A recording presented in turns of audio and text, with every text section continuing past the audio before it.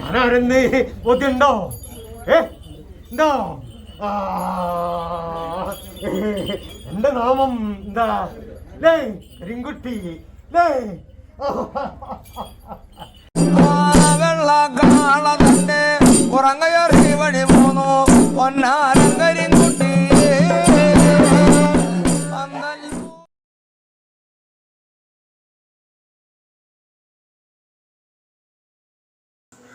കരിങ്കുട്ടി തിറവെള്ളാട്ട കർമ്മമാണ് പിന്നെ നമ്മളിവിടെ നടന്നിരുന്നത്. അപ്പോൾ പൊതുവേ കരിങ്കുട്ടി തിറവെള്ളാട്ടം എന്ന് പറഞ്ഞാൽ കരിങ്കുട്ടി സ്വാമിയായി തെയ്യമായിട്ട് തന്നെ വേഷം, അതായത് ധരിക്കുന്നയാൾ കരിങ്കുട്ടി ചാത്തൻ സ്വാമിയായി തെയ്യം കെട്ടുകയാണ്.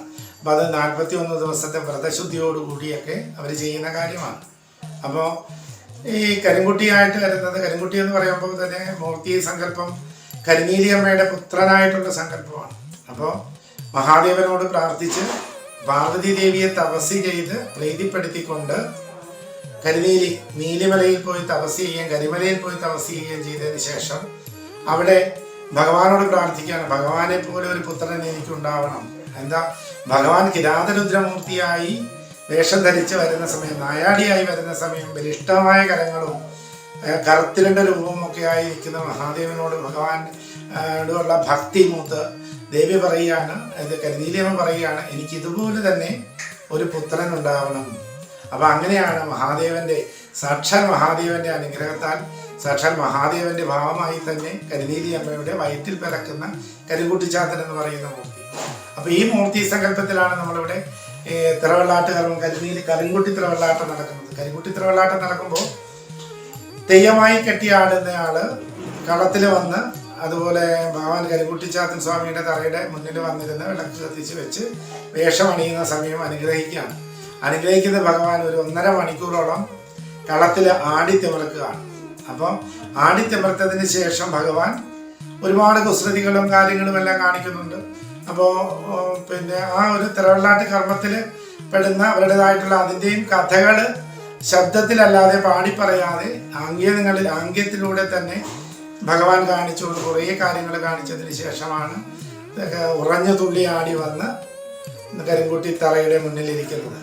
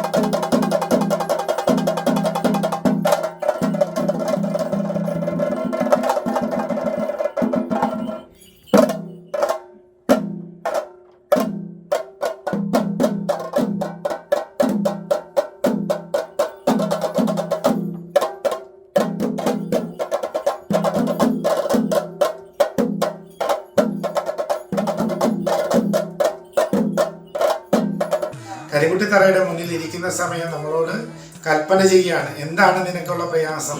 അപ്പോൾ ഓരോ ഭക്തരായിട്ട്, പ്രത്യേകിച്ചും മഠാധിപതി എന്നുള്ള ലെവലിൽ മഠത്തിൻ്റെതായിട്ടുള്ള ആൾക്കാർ വരുന്നു. പിന്നെ അത് കഴിഞ്ഞിട്ട് ഓരോ ഭക്തരായിട്ട് വന്ന് ചോദിക്കുകയാണ്, ഇന്ന കാര്യങ്ങളൊക്കെ എനിക്ക് മുടങ്ങിക്കിടക്കുന്നതൊക്കെ എന്താ സാധിക്കാത്തതല്ലേ, ഇന്നതാണ് എന്ന് ചോദിക്കുന്ന സമയം അതിനുള്ള ഉപാധികൾ പറഞ്ഞു കൊടുക്കുകയാണ്.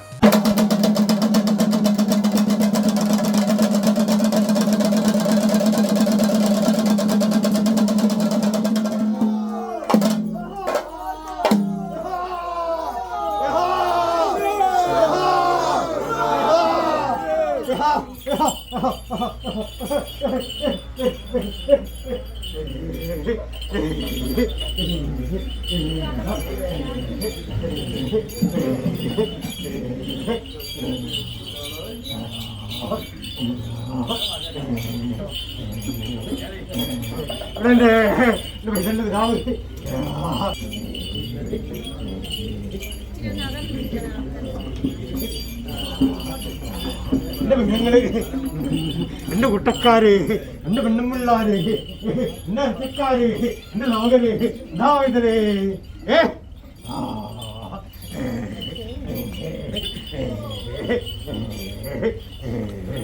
ഞാനാരെന്ന് ബോധ്യണ്ടോ? എന്താ അത്തകത്താലത്തല്ലെങ്കിലും കോലം കുട്ടി ഉരുത്തിരിഞ്ഞ എന്റെ നാമം എന്താ ലേ കരിങ്കുട്ടി ലേ അല്ലേ വൈദ്യലേ? കാഴ്ചയിൽ ഞാനും കറുത്തവൻ തന്നെ അല്ലേ? നാമൊപ്പിച്ചുകൊണ്ടും എന്റെ പൈതലിന് ഒരടിസ്ഥാനുണ്ട് എന്റെ നാലാമടത്ത്. മതിയായോ?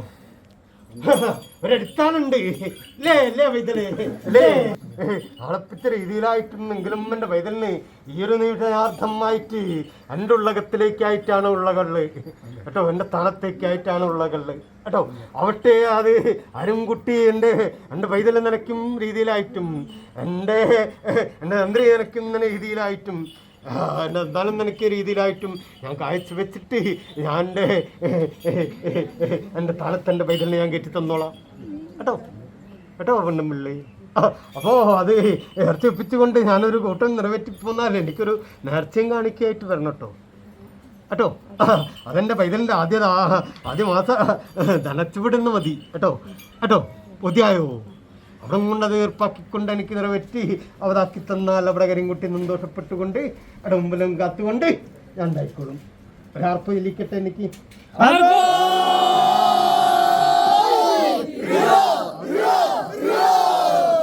കേട്ടോ. അപ്പോ കുട്ടാളികളെയാണ് ഒന്നും രണ്ടും അല്ല കണ്ടുവച്ചിരിക്കുന്നത്.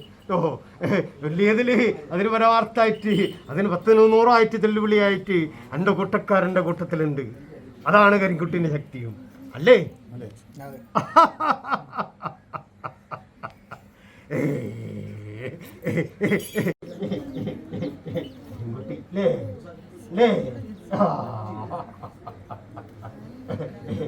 എനിക്ക് ഇടങ്കണ്ണും വലങ്കണ്ണും പോലെ കേട്ടോ എൻ്റെ പൈതങ്ങള് അറിഞ്ഞിരിക്കുക.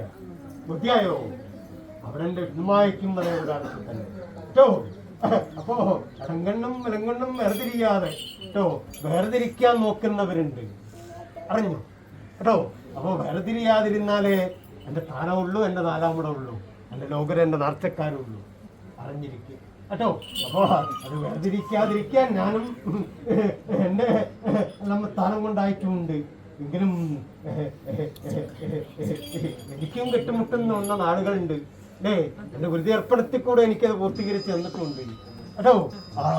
ഇതിപ്പോൾ കാലത്തില് സന്തോഷപ്പെട്ടുകൊണ്ട് എൻ്റെ വൈദ്യങ്ങളും നായർ മനസ്സായിട്ട് സ്ഥാനത്തെ നിറകൊണ്ടാണ് വില ചെയ്ത് പൂർത്തീകരിച്ചു കേട്ടോ. അവിടെ മുട്ടും മേനക്കേടും വരുത്താതെ കേട്ടോ എൻ്റെ ഇടങ്കണ്ണിനും എൻ്റെ വലങ്കണ്ണിനും ദോഷക്കേട് വരുത്താതെ ഞാൻ നോക്കി അത്തിലെത്തിച്ചു പോകുന്നു കേട്ടോ കേട്ടോ.